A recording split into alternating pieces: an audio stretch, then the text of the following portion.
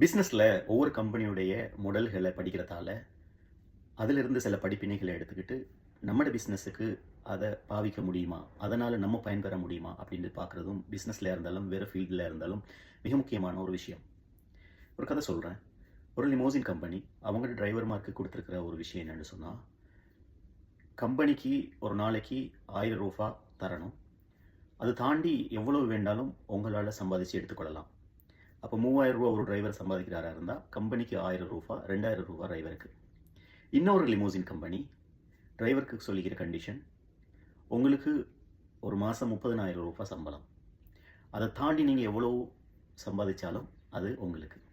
அப்போ ஒரு டிரைவர் 1,00,000 ரூபா சம்பாதிச்ச ஒரு மாதத்துக்கு 30,000 ரூபா கம்பெனிக்கு போனால் 70,000 ரூபாய் டிரைவருக்கு உள்ள சம்பளம்.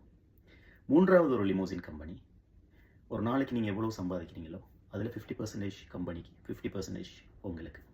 அப்போ ஒரு டிரைவர் ஒரு நாளைக்கு 3000 ரூபா சம்பாதிச்சால் 1500 ரூபா டிரைவருக்கு, 1500 ரூபா கம்பெனிக்கு. 3 கம்பெனியும் லிமோசின் கம்பெனி தான். 3 கம்பெனி கொடுக்கக்கூடிய சேவிஸும் ஒரே சேவிஸ் தான். ஆனால் 3 கம்பெனிகளுடைய கன்செப்டும் அதனுடைய லாப நஷ்டங்களை பங்கிடுகின்ற விதம் வெவ்வேறானது, வித்தியாசமானது.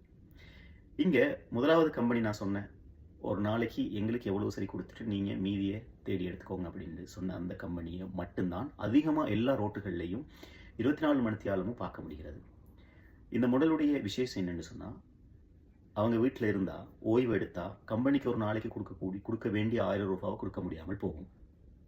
ஒரு நாளைக்கு கஷ்டப்பட்டு 8 மணித்தியாலம் வேலை செஞ்சு 1000 ரூபா சம்பாதிச்சால் அதை கம்பெனிக்கு கொடுத்தா, அதுக்கு பிறகு நாங்கள் ஓய்வு எடுத்தால் எங்களுக்கு என்ன இருக்குது, எங்களை நம்பி இருக்கிற குடும்பத்தை எப்படி ரன் பண்ணுறது, அதனால் இன்னும் ஒரு 1000 ரூபாய்க்கு ஓடணும் அப்படிங்கிற, முயற்சி செய்யணும் அப்படிங்கிற ஒரு மைண்ட் செட்டில் அவங்க ஓட ஆரம்பிக்கிறாங்க. இப்போது நான் சொல்லியிருக்கிற இந்த 3 பிஸ்னஸ் கன்செப்ட்லேருந்து நம்மளோட பிஸ்னஸுக்கு எப்படி உதவும், என்ன பயன் கிடைக்கிறது அப்படின்றத யோசிங்க. தொடர்ந்தும் இது மாதிரியான இன்ட்ரெஸ்டிங்கான பிஸ்னஸ் டிப்ஸுகளை பேசுவோம். இப்படிக்கு நான் ரில்வான்.